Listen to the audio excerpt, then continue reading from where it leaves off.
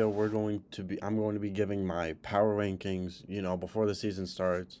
Well, technically, I'm recording this on the Friday, so the Chiefs and Ravens have already played, and the Eagles Packers game is about to finish up soon.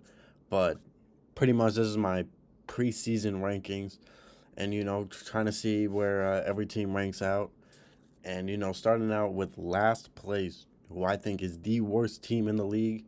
That's going to be the worst team in the league is the New England Patriots. And I think this for a multitude of reasons.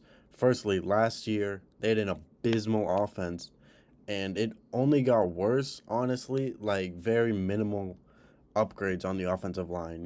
They receivers wise, they did draft Polk and Baker, which were solid, but they are rookies, second and fourth round picks. You can't really expect that much out of them. And then you got the running back room stays the same. You swap Ezekiel Elliott for Antonio Gibson. That's a neutral move. Not much is changing. Okay, then at the O line is pretty much the same. They just lose Trent Brown, slight downgrade on the offensive line, and bringing in a rookie quarterback in Drake May. It's kind of whatever, So it's really not much. So it's still going to be an abysmal offense. Most of the team is running it back from last year. And out of their 4 wins last year, you could argue, Bill Belichick. That's another reason, like, that I'm so low on them because Mayo, first year coach, and these defensive coaches don't usually work in the first year. Obviously, there's some outliers with like D'Amico Ryans, but for the most part, defensive coaches don't usually work in the first year. You got to give them a little bit, as with any rookie coach. So, Jerron Mayo, you have to be a little bit patient for, and not the highest expectation. And the defense is going to take a fall when Bill leaves and Jerron Mayo is promoted. The defense is going to take a little bit of a fall. And the only reason the Pats were in so many games last year is because of the defense. I believe the stat was that they were in 9 one-possession games, but there were some ugly, ugly, ugly one-possession games, such as like Indiana's was 9-6, was a 9-6 game. The Chargers was a 6-0 game. That's just a bad game. That's not the same as a one possession of like 27-24. So overall, when you just go from like an abysmal offensive just offense, geez, I can't speak. When you go from like an abysmal offense to a rookie quarterback, rookie coach, there's really no signs of major change, major additions. I could see them anywhere between 2 and 4 wins this year. So that's why I got the Pats in last place. Yeah, by my 31st spot, I'm going to go with the Washington Commanders. And very similar to the New England Patriots, where they got, rookie quarterback coming in, rookie head coach coming in, and they didn't really do that much, to change up what they had last year. I believe last year they also had four wins. But, they got a Jaden Daniels who's not good. You don't expect him to be some world star week one. Receiving core wise, they got rid of Jahan Dotson. So, if anything, the offense downgraded. They got rid of Antonio Gibson for Austin Eckler. That's a neutral thing. They did bring in some pieces for the offensive line, which was a major concern last year. But all in all, and then they didn't really have that good of a draft. So, I would be concerned about that.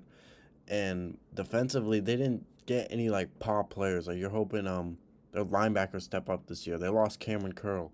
That's a big minus because now they're gonna need another quality safety in. Emmanuel Forbes, you're hoping he can step up and give you that first round value after a very rough first year. And I don't think Forbes' play style is going to be able to fit with the defense that Dan Quinn wants to run. Dan Quinn wants to run a lot of cover 0, cover 1, and be aggressive. And Forbes is more made for that cover 4, playing a lot of heavy off coverage. So it'll be interesting to see how he fits in. The defensive line is still going to be good, but obviously they're not going to have a full season. They're not going to have the 8 games that what's his name, Montez Sweat gave them. They're still going to have Allen and Payne that are high quality, probably the best D tackle duo in the league. But outside of those two, the rest of the defense is really unknown. So similar situation to the Pats, where it's just the team running it back, pretty much the same. And they had the second pick last year, and according to the power ranking, they would have the second pick again. So I would go with the Commanders at 31. All right, in my 30th ranked spot, I'm going to go with the New York Giants, and this is the first team that doesn't have a rookie quarterback or head coach. And this one, when it comes to major losses, losing Saquon Barkley for the Giants was massive, and we knew this about a year last offseason, or it might have been the offseason before, but when they had the choice of do we pay Daniel Jones the $40 million or are we going to pay Saquon, they chose to pay Daniel Jones. Saquon had to leave. And after last year, it really showed that they made the wrong decision because Daniel Jones did not look good last year. Again, the offensive line is pitiful. They haven't had a good offensive line since Odell was a rookie. It's been a minute. They need to develop the offensive line. Receivers wise, bringing in Neighbors should be huge. You expect him to have an immediate impact, a Jamar Chase level impact, and just elevate the team altogether. Usually it's the quarterback elevating the receivers. Well, now Neighbors has to elevate the quarterback on this. And pretty much the season is just going to come down to Daniel Jones. Can he get together what he had those few good games, that run he had a couple of years ago to earn that big payday? When it comes to the offensive line, Andrew Thomas is going to be your all-pro. You don't have to worry about that. But on the other side, you have Evan Neal. And it's been long enough because it's one thing if you're bad, but if he's not showing any improvement, if anything, he's getting worse over the years. And, it's not easy when you're basically playing, you only have 4 offensive linemen out there pretty much, and he's a easy loss. So Evan Neal needs to step it up this year. And I just don't see it with the Giants this year. Losing Saquon for Neighbors, that's got to be a negative. Daniel Jones is still one of the worst quarterbacks in the league. Defensively, they do have Banks. He's going to be really good. He was one of the best top 3 rookie corners last year. He was phenomenal, so you can only expect him to go up. Dexter Lawrence is going to be Dexter Lawrence. Kayvon Thibodeau, another guy that, you expect. Right now, he's like giving you starter level play, like role player, but he was the 5th overall pick. You expect with the 5th overall pick to be one of these elite guys like a Max Crosby or, even a Rashawn Gary, Alex Highsmith, someone that's quality and you have that offense has the game plan for, and Kayvon Thibodeau really has not given that. So he's another guy that they are depending on big time, that he's going to be able to give them that 11, 12 sack production and just really make the jump. In the secondary, they do lose Xavier McKinney, which is going to be a loss, but they should be able to recover just fine on that, but that is a major loss. Other than that, they didn't bring in anyone major on defense. You're kind of just hoping that. And then their coaching staff, Brian Daboll's an offensive coach, so it's not even like they can recover the defensive losses on with the coaching staff, given they didn't lose that much on defense, but still they were one of the worst defenses in the year for the most part last year. So they also got to improve in that aspect. But pretty much the Giants season just comes down to Daniel Jones and that offensive unit. And yeah. All right, coming in at the 29th spot, we're going to go with the Las Vegas Raiders. And this one, I think it came down to me about the quarterback selection and more importantly, the lack of offensive help that they did this season. They didn't improve the offensive line whatsoever. So, they were a shit unit last year, and it's going to stay that way. They were a bad unit last year. So it's going to be the same thing, bad offensive line. The quarterback-wise, to go with Gardner Minshew, he's not a starting caliber quarterback. Like, he's good for a game or two here and there, but Gardner Minshew is not the guy that you want to play all 17 games for. So they didn't really address the quarterback issue this offseason after they saw the disaster they've been through for the past 3 years with Derek Carr, Jimmy G, Aiden O'Connell. They need a quarterback, and they failed to address it this year. They drafted Aiden O'Connell, played him a couple games, and did nothing. He's still a backup. So that was just strange. They didn't do anything. They got downgraded at quarterback. I didn't like the Brock Bowers pick in the first round because they already drafted a tight end last year in the second round. I can't think of the name right now, but they just drafted a tight end. So why would they need to double up when they have so many other needs. Their secondary is poor. They don't have a quarterback. Given Bo Nix wasn't on the board, but still secondary. They need they need a defensive interior because yeah, Max Crosby is really good, but their run defense as a whole, as a unit, was very poor last year. Linebackers were kind of whatever, but their secondary again was very poor. It's been poor for a couple of years now. It's just a defensive issue and an offensive line issue. And I just feel like they failed to address those issues. They lost Josh Jacobs, who yeah, he had a slight down year, but he's still a above average running back in today's league. And I just feel like the Raiders did nothing this offseason. They just downgraded. They didn't address. They didn't even like try to make things better. So I just really don't like the direction they're going with defensively, given they do have a rookie head coach or intern, but now he's going to be he's gonna have his year. So you gotta have faith in that, but you gotta give him a chance. But I really don't like this roster. It's they didn't do much this offseason. They barely did anything, and they're gonna be by the bottom again. They're gonna lose some more games. I expect them to be in the top 10 of the draft. 28th spot, we have the Tennessee Titans. Now the Titans are a very interesting team because, away from the four previous mentioned teams, Titans actually did a lot this offseason. They got a new offense, they got a new head coach, kicking Vrabel out and choosing to go with a more offensive regime. Damn, I'm not good with names, but they did get the OC from Cincinnati to come over here. They do have an elite offensive line coach. The first round pick, the tackle. Oh my god. Oh my god. Damn, man, I cannot think of his fucking name right now. But the tackle they took in the first round this year, he it was definitely questionable, definitely interesting on draft day, but tackle offensive line has been a huge issue for the team, and it's good to see them address that.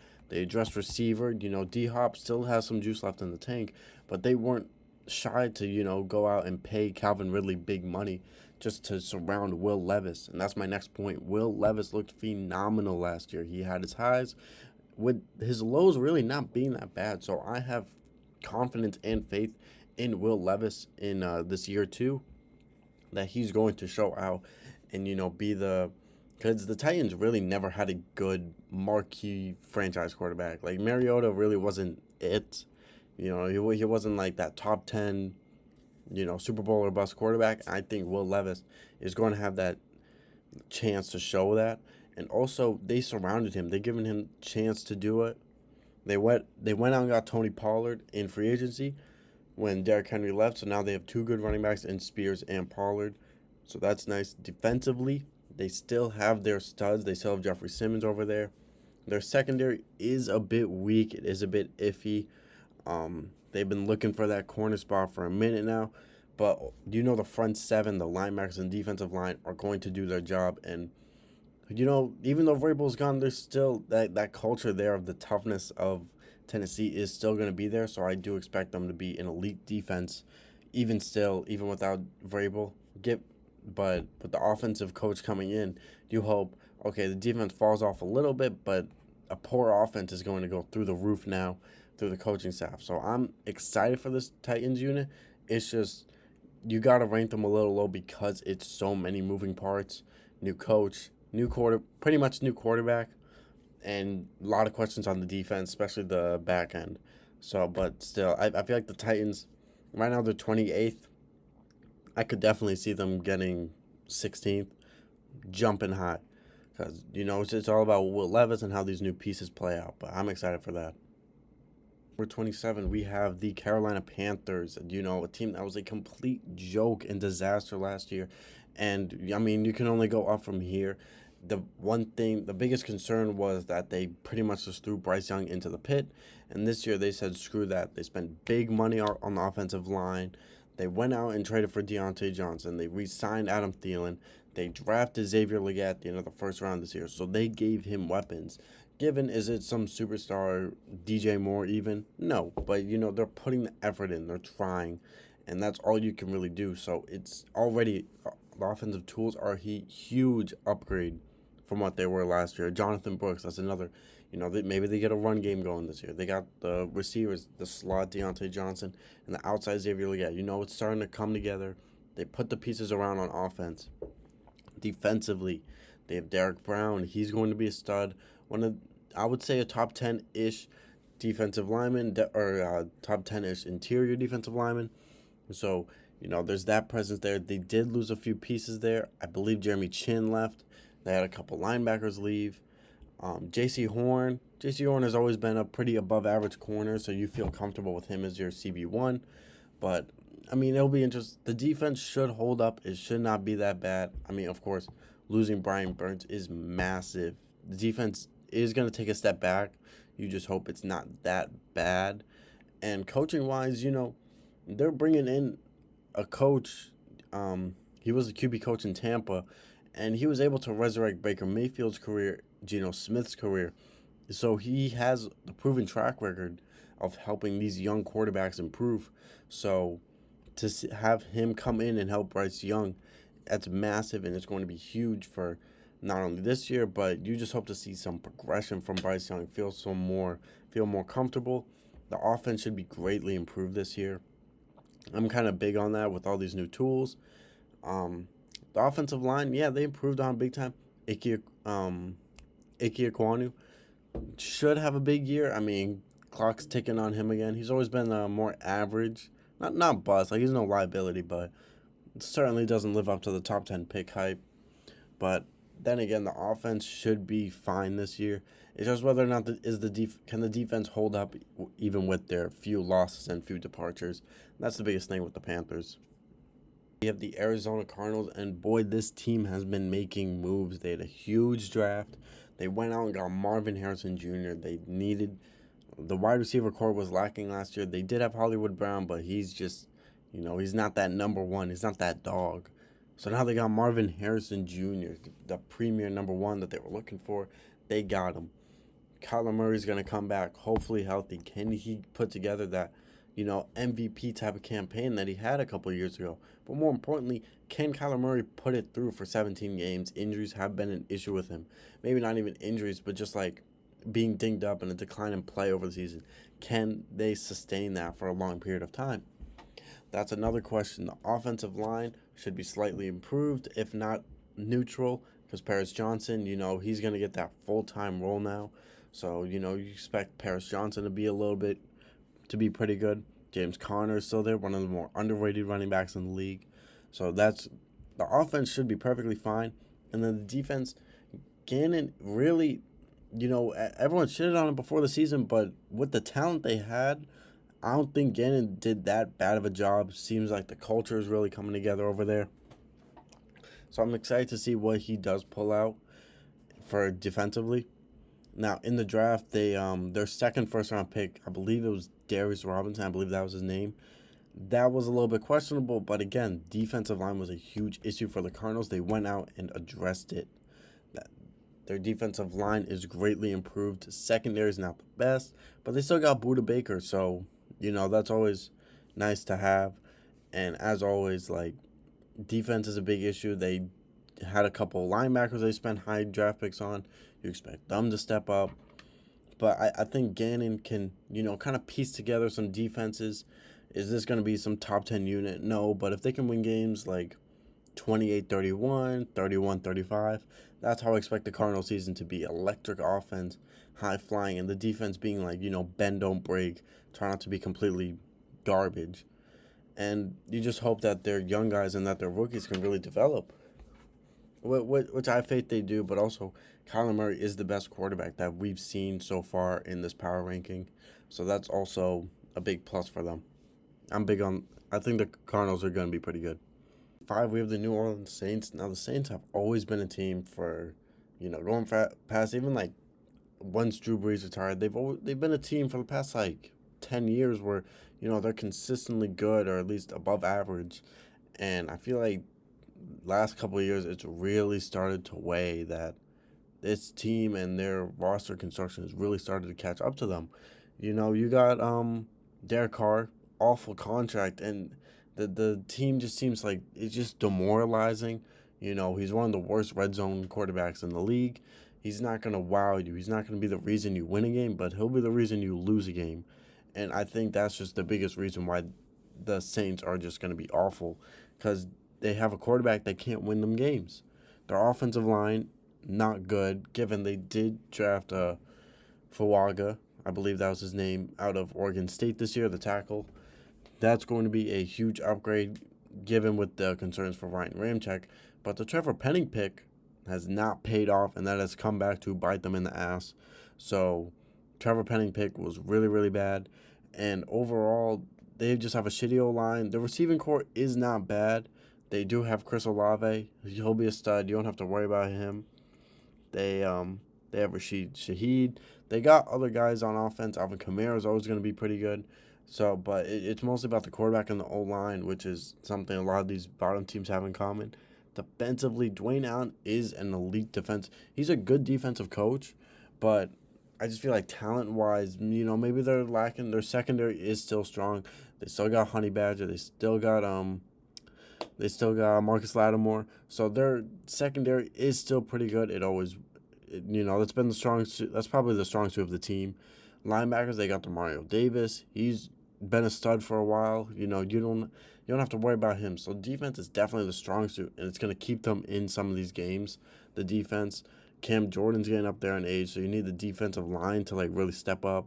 Some of the younger guys, but mostly it's about the trenches when it comes to the Saints. Whether it's the offensive line, defensive line, can the defense, even though it's really good, can it overcome bad quarterback play or bad offensive play to an extent? But after so long, I just feel like the Saints have a really low ceiling.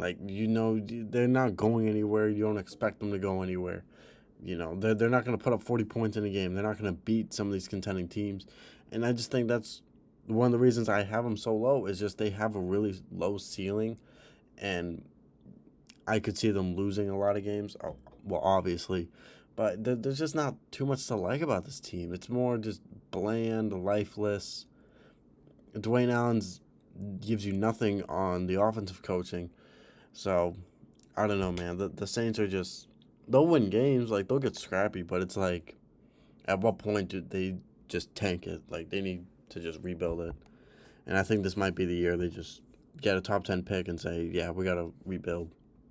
The LA Chargers, and the Chargers are a team that, Justin Herbert, an elite top 5 quarterback. That's not to here nor there. But the thing with the Chargers is they're changing a lot, and with that many moving pieces, it's not going to be amazing overnight. They might finish with a winning record. Hell, 24 might be their floor. But I expect, at least for the first half of the season, things are going to be slow. The coaching staff, brand new. They cleaned house. They got Harbaugh in, and they got Greg Roman in. So they want to run the ball. They want to establish the run game. They brought in J.K. Dobbins and Gus Edwards from Baltimore. So they're going to run the ball. I like the draft pick of Ladd McConkey. So that was a really good draft pick, because they got rid of Keenan Allen and Mike Williams. But I think they did a good job. They let them walk a year too early rather than a year too late, where next year they might not have a chance at a wide receiver like McConkey. So, this year might be a little rough. The receiving core is really weak, but I could see the idea for it. It'll take a little bit of adjusting to. Running back wise, Austin Eckler was damn near unplayable last year. Age really caught up to him. So, just to get new bodies in the building, that's an automatic upgrade. And the offensive line is a huge upgrade in itself. Corey Linsley is still a solid center. I believe he's still there. If not, oh well, because they have Rashawn Slater, an all-pro caliber left tackle, and Joe All, one of the most highly touted prospects of tackle coming in. I believe Alt's going to go to right tackle. So there's that. They basically don't have to worry about the tackle position, and with a division that has Max Crosby in it, you don't have to worry about that. A division that has a Chris Jones and George Karlaftis, having a good offensive line is certainly going to help. Defensively, Joey Bosa, he's kind of plateaued. He burst out onto the scene within his first year or two, but then he's kind of plateaued. Khalil Mack still has some in the tank. Khalil Mack was arguably their best pass rusher last year, giving them elite production and a sneaky Defensive Player of the Year candidate. Derwin James is still an elite, probably the best safety in the league caliber player, and a true game changer that can play high and play in the box. Corner corner room wise, Asante Samuel Jr. is all right. The J.C. Jackson payday did not go as they had hoped, so corner is still a little bit weak for them. Linebackers should be better. They brought in Eric Kendricks, who, yes, he's still old, but they've been needing a linebacker for a minute now. I really like the moves the Chargers did. My thing is it's just too many moving pieces, especially with the coaching staff. It's a whole new culture change they gotta have. Herbert's gonna be there, but other than like Herbert and Derwin James and maybe the tackle, that those are the only like spots that are going to be good. Everything else has questions, and you don't know how it's gonna go for them. But overall, man, I could see the Chargers. This is not their year to go big and all. You just want to see things mesh and glue together. But that's pretty much the Chargers at 24. I'm going to put the Pittsburgh Steelers now. This is pretty low for a Steelers team that is notorious for Mike Tomlin, always having a winning record, or they're always in a hunt, they're always at least average. And I just don't see it this year. I really, I know it sounds cliche and there's people that say it every year, but I really, really just don't love the Steelers this year. I know they brought in Arthur Smith as the OC, which should definitely help in some aspects, get a run game going because Arthur Smith specializes in that. But between Russell Wilson and Justin Fields, neither are good quarterbacks. Neither of them are good at this stage. So it's kind of like the same thing last year with Kenny Pickett, where you just have a limited quarterback, and he's just like Russ and Fields are just bridge pieces pretty much. They're just not committing. So I really don't like the quarterback situation. Najee and Jalen Warren are good running back pieces. I'm excited for that. More 50-50 splits. They did trade Deontay Johnson, which might seem good, but they didn't bring in any receivers to, help, or they didn't draft anyone. They did draft Roman Wilson in the third round, but he's, that's to be determined. So right now, from my view, the only receiver that's even above average for the Steelers right now is George Pickens. And even George Pickens is no elite wide receiver. He's shown flashes, but he needs a workload. Their receiver core has big question marks. Their offensive line, however, should be vastly improved. They've invested a lot. They had Broderick Jones last year in the first round. They drafted Troy Fatanu. They drafted I think his name's Frazier, the center out of West Virginia. So they did invest a lot into the offensive line. That should go from a weakness to a strength to them this year. Pat Freiermuth, another solid tight end, but it just comes down to a lack of skill weapons, more quarterback issues, more receiver issues, and that's about it. Defensively, T.J. Watt, Alex Highsmith, they're going to do their thing. You only got to worry about the edge. Look at the corners. Joey Porter's going to get another year under his belt. He was very good, still very young. Minkah Fitzpatrick's going to do his thing. You don't have to worry. He's going to ball hawk. I expect the Steelers to still get a bunch of turnovers, but I'm just not excited for this team, and it's another team that I just think has a low ceiling. It's even if they exceed my 23rd ranking, it's gonna be like every other Mike Tomlin Steelers team. They might sneak into the playoffs as a wild card.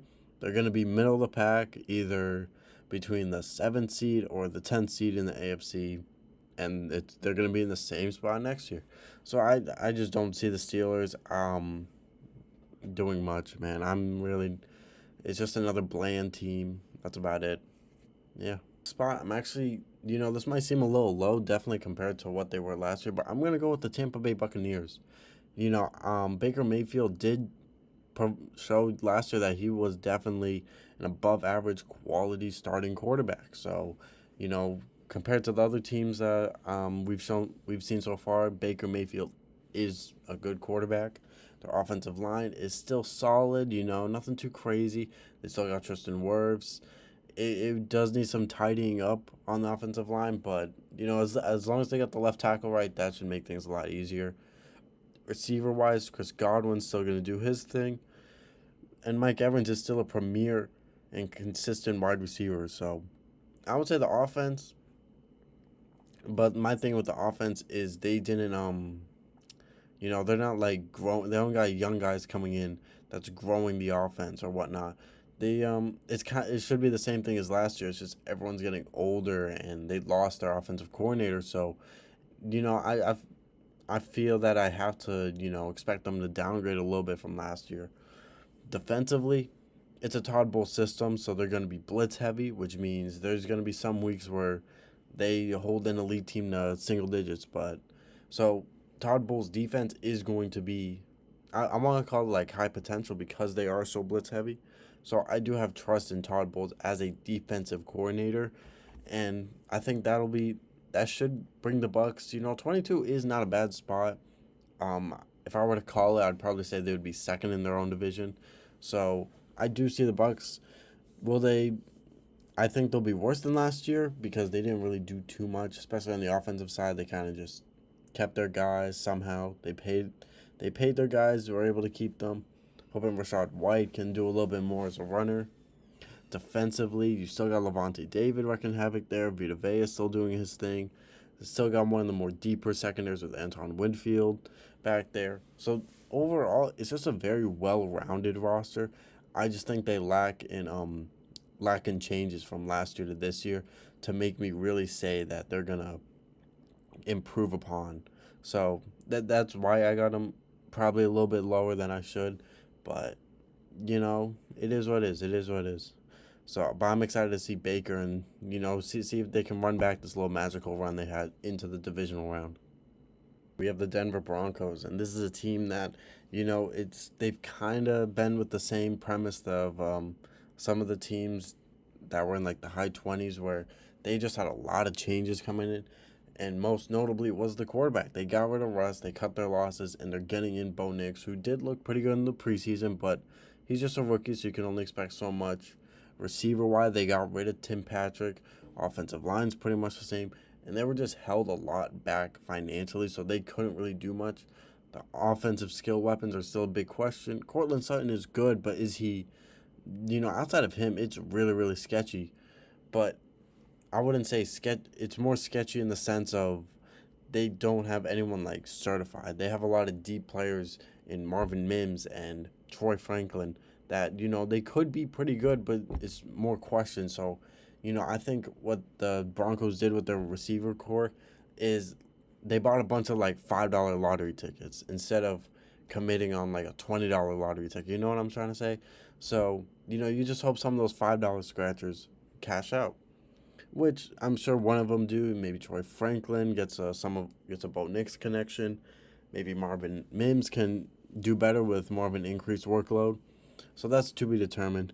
Offensive line, solid, maybe slightly below average, but still the Broncos shouldn't have to worry about that too much. The running game should be at least average, and Sean Payton has his guys, so you need to see a more disciplined team moving forward. You need to see like less dumb mistakes, less penalties because they paid big money for Sean Payton with draft assets and physical cash. So Payton needs to deliver on that promise. And defensively, the D line is still going to be good. They have depth. They have a good rotation on the defensive line. Secondary wise, they cut Justin Simmons, which was a questionable move because he was definitely an above average safety. So I don't know why they would do that. Pass retain, still a top 2 corner in the league. In my opinion, I would say he's probably the best corner. But still, they haven't, when you have that ability to just take out an entire half of the field or take out a man, it makes things so much easier for the rest of the defense. And after the Miami game or after the Chicago game, like from weeks like 6 onward, they went from this god awful embarrassing defense to something that was at least average, and you're hoping that improvement can carry over into this season. And if they can keep a consistent defense and continue to grow over the season, you hope Bo Nix can get his connection going. I think the Broncos can be a sneaky good team.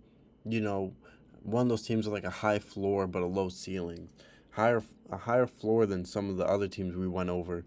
So I don't think the Broncos will be that bad. Could I see them drafting top 10? maybe, but I could see them in the teens.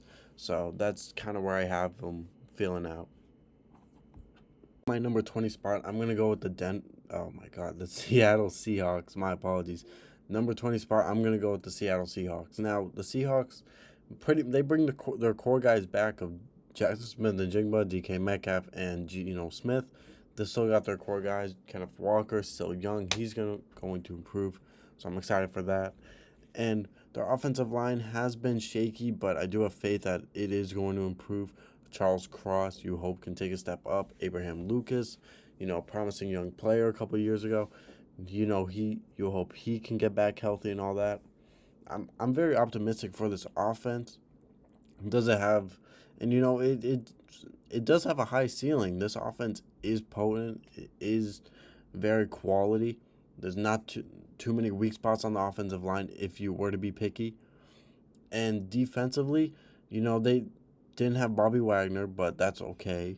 Jamal Adams is still injury riddled. Secondary wise, Witherspoon and Woolen they were a very good duo, which proves that they don't have to worry about their back secondary anymore. Very nice, not really additions here and there, but little fine tune-ups. And I'm excited for that. Defensively, they drafted Byron Murphy, the D tackle out of Texas. I think that was a great pick by them, and I think that'll fit really nicely with them because run game has been an issue for them. They've been missing a defensive line presence for a little bit now. They got some quality edge players, but overall the defensive interior has been weak for a little bit now. Safety room, Jamal Adams, we'll wait to see what happens when he gets healthy. Overall, man, the Seahawks are running back, given they do have a new head coach with Pete Carroll out the window. And they brought in the Ravens defensive coordinator, not a name guy, but they brought in a great defensive-minded coach. That should bring you hope it brings back Legion of Boom-esque type of things, because that's what the Seahawks have not had the best defense in recent years. They've had sparks, they've had quality players, but you just hope they can really piece it together and get a top 10 or a top 12 unit defensively, because the offense is going to be there. The offense has a really high floor. There's not too many weeks where they're going to be in the single digits or below 14. So I really like the Seahawks in that aspect, that they have such a high floor. And yeah, I mean, there's not really much to say about the Seahawks, really. There's just a good, quality, well-rounded team. That's all there is to it. At my 19th spot, I'm going to go with the Minnesota Vikings. Now, the Vikings were a team last year that had a scorching high offense, with Kirk Cousins for a few games. Jordan Addison really came onto the scene. It didn't take long for him to get adjusted. And Justin Jefferson being Justin Jefferson. Jettas is pretty much QB-proof. Once Cousins went down and they were kind of cycling through guys. So I'm not worried about him. Addison, very quality player. They drafted J.J. McCarthy this year in the draft, hoping to be the next guy up. Fortunately, he was injured, so I don't want to say this year's a waste, but you're going into the season with Sam Darnold. So what can you really expect? And that Kevin O'Connell's still gonna scheme up the guys to be open. Addison and Jefferson are still gonna be really good. They got Hawkinson, an elite tight end in the league. Their offensive line is really good with Darrisaw and O'Neal as the tackles, similarly to how the Chargers. The Vikings pretty much are set on the offensive line on both sides. They don't have to worry about it. It's just a matter of can Sam Darnold or whoever they put in as quarterback during the season do just enough to keep this offense afloat. Running back is a slight issue, but in this system with how many targets at tight end and receiver, I don't think running back's going to be a main issue with Madison. Defensively, they did lose Danielle Hunter, which was very strange that they let him walk. The secondary is still going to be really weak. They didn't really do much to address that. And all in all, I just think defensively, Brian Flores is still going to be able to do his thing. For the second half of the season, the Vikings were an elite defense, even without the players and the talent that other units had, because Brian Flores was able to scheme up and blitz, disguise these looks, these guys, to trick the offense. So even though he didn't have the best talent for it, the Vikings were able to put together a very solid defense for the second half of the season. And you're kind of just hoping you get that this year. And it really sucks that JJ McCarthy got injured, because I could see this year for the Vikings being eerily similar to last year, where you're kind of just hoping the quarterback doesn't fuck up, the receivers are going to do their thing, the defense is going to do their thing, but all in all, you're kind of just hoping they had a little extra push, a little extra oomph here and there, whether it's the defensive line or whether it's the quarterback. You just hope it's something that can really, just give them a little edge, and, a better AFC North now, especially. But the Vikings, I'm sure they'll figure it out. Con will figure it out, and I have faith in them at this point. And at my number 18 spot, we have the Jacksonville Jaguars. Now, the Jaguars are a team that, they kind of, I don't want to say failed last season, but they had the AFC South theirs to go. They had a playoff spot, and they just collapsed late in the season. They were able to let Houston slip in. They were able to let Indy come back into the race. So you're kind of hoping that they can snap out of it and get it together. Now, Trevor Lawrence, another down year last year. You were hoping he would be able to carry the playoff momentum into last year, and that just wasn't the case. Trevor Lawrence was not. He was still good, but it was more reminiscent of like a Kirk Cousins, Brock Purdy caliber thing, when we know Trevor Lawrence is more than capable of higher performance than that. Receiver-wise, they did let Calvin Ridley walk, which is kind of whatever, but they were able to bring in Brian Thomas Jr. through the draft, so I would consider that to be an upgrade. They still got Christian Kirk, a very good slot receiver. They got Travis Etienne, who's definitely good. I feel like good enough's, not praising him enough, but Travis Etienne is a good running back. He fits their scheme well. He can catch out the backfield and everything. Offensive line still got some question marks, but they got some puzzle pieces they can work with on that end. I know offensive line was a big issue for concern last season, and you just hope they can piece together a good enough unit this year, because you can't win without a good offensive line. We saw it was a recurring theme in the top 5-6 teams. They just had a dog shit offensive line. So I would say that's the one issue for the Jaguars offensively. And then defensively, the defensive line is still going to be as good as ever. Josh Allen is a Defensive Player of the Year candidate. And Trayvon Walker, is he a bust? I wouldn't say bust, but he's played like a role player so far, which, he was the number one pick, and he's playing like a role player. Come on, he hasn't progressed in his pass rushes. He's a solid run defender, but you just expect more than just okay or just starter out of your number one pick, Trayvon Walker. And, will this year be the year? We don't know. You kind of hope so. Clock's ticking again. Because you see other defenders in that draft class be huge breakouts. Like even someone like Derek Stingley out of Houston. He didn't have the best rookie season, but he was able to grow and get better. And you're just waiting on Trayvon Walker to get that. Linebacker-wise, they have a very good linebacker in Forrest-on Luakon. I believe he's still on the team. If not, my apologies. But they drafted a bunch of linebackers. They got a bunch of guys in that room. I'm sure they'll figure out the linebacker situation. Secondary is a bit sketchy. They don't got any big names back there. So I would be concerned with the secondary. But the front seven, especially the pass rush, should be fine. They do have a good core defensive line. Coaching situation with Doug Peterson. Peterson, I would say, is an above average to above average coach. And I just feel like the Jaguars are just an average team. They don't really have any stars. Do they have any glaring weaknesses? Not really. They got a few here and there. I would say the secondary and the offensive line, but they don't got any spark. I would say their ceiling is relatively high. I could say their ceiling is divisional round, but to say they're high floor, high ceiling, I feel like that's too generous. You know what I'm saying? I just view the Jaguars as an average team and really nothing special coming into the season. I expect them to get 7 to 9 wins. Not really much room outside of that. But that's the Jaguars. 17, the Atlanta Falcons, the perfectly average, middle of the road team. this year, but that would be an upgrade from last year. They went out, they got Kirk Cousins because last year Desmond Ritter was not cutting it. And even when they took Ritter out and it was Heineke, they had no quarterback. It was embarrassing. So they said, "Fuck this. We're going to overpay for Kirk and get a big money quarterback, so we don't have to worry about that," which they were able to do, and it was smart by them. So that automatically, that's probably the biggest upgrade of any team in the league to go from uh, Desmond Ritter to Kirk Cousins. It's just a huge upgrade and opens so much. And overall, I think it's just a morality thing. It just makes the players in the locker room feel better.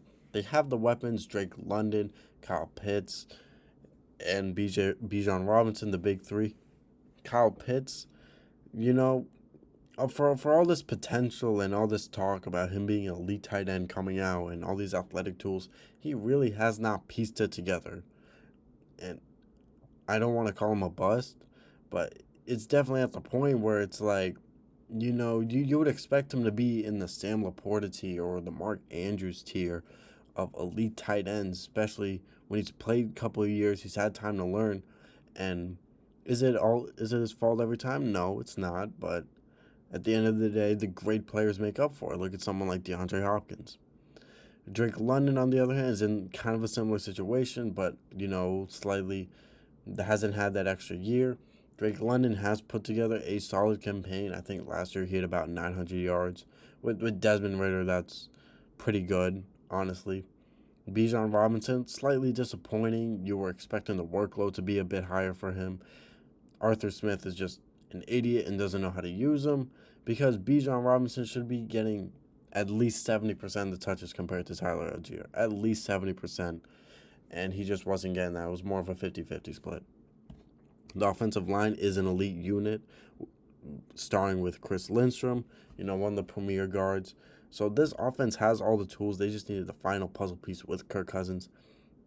But that first round pick of Michael Penix, that was idiotic as hell. I heavily disagree. They could have used that pick in so many other ways. Primarily an edge rusher because the defensive line for this unit is still really poor. The Falcons haven't had a good D line in forever. And when you have the 8th pick, Dallas Turner, Latu are still on the board. They didn't take advantage of it. So I'm just disappointed that they wasted their first round pick on Michael Penix, who isn't going to play this year. And there's not much for me to talk about because he's a backup. He's a backup. So they wasted that first round pick. A.J. Terrell's a solid corner. He's been in the decline. He had a little bit of a down year last year, but he's still a solid corner. The safety duo of Jesse Bates and Justin Simmons is going to be really good this year, so I'm excited to see how that plays out. So the secondary for the Falcons is definitely a strength now. They were able to bring in Matt Judon, which should help the sack issues. But again, Matt Judon, that was a premier thing. He's a bit old off the injury. Still, it's better than nothing. I would just be concerned with the front seven defensively for the Falcons, but that would be their only weakness because the secondary is very good, and the offense is at least going to be better than last year. And last year was, an elite rushing offense. It was an elite passing offense if Desmond Ritter knew how to throw a football. So this is definitely a team that I could see exceeding expectations. I would say their ceiling is probably 11 wins because you got to consider they're in a poor division, so they could rack up some easy wins that way. But I would say their ceiling is 11 wins. I could definitely see them doing pretty good, and then like an average level floor, not too bad. But that's the Falcons, man. I'm excited for them. They finally were able to piece it together. Good for them.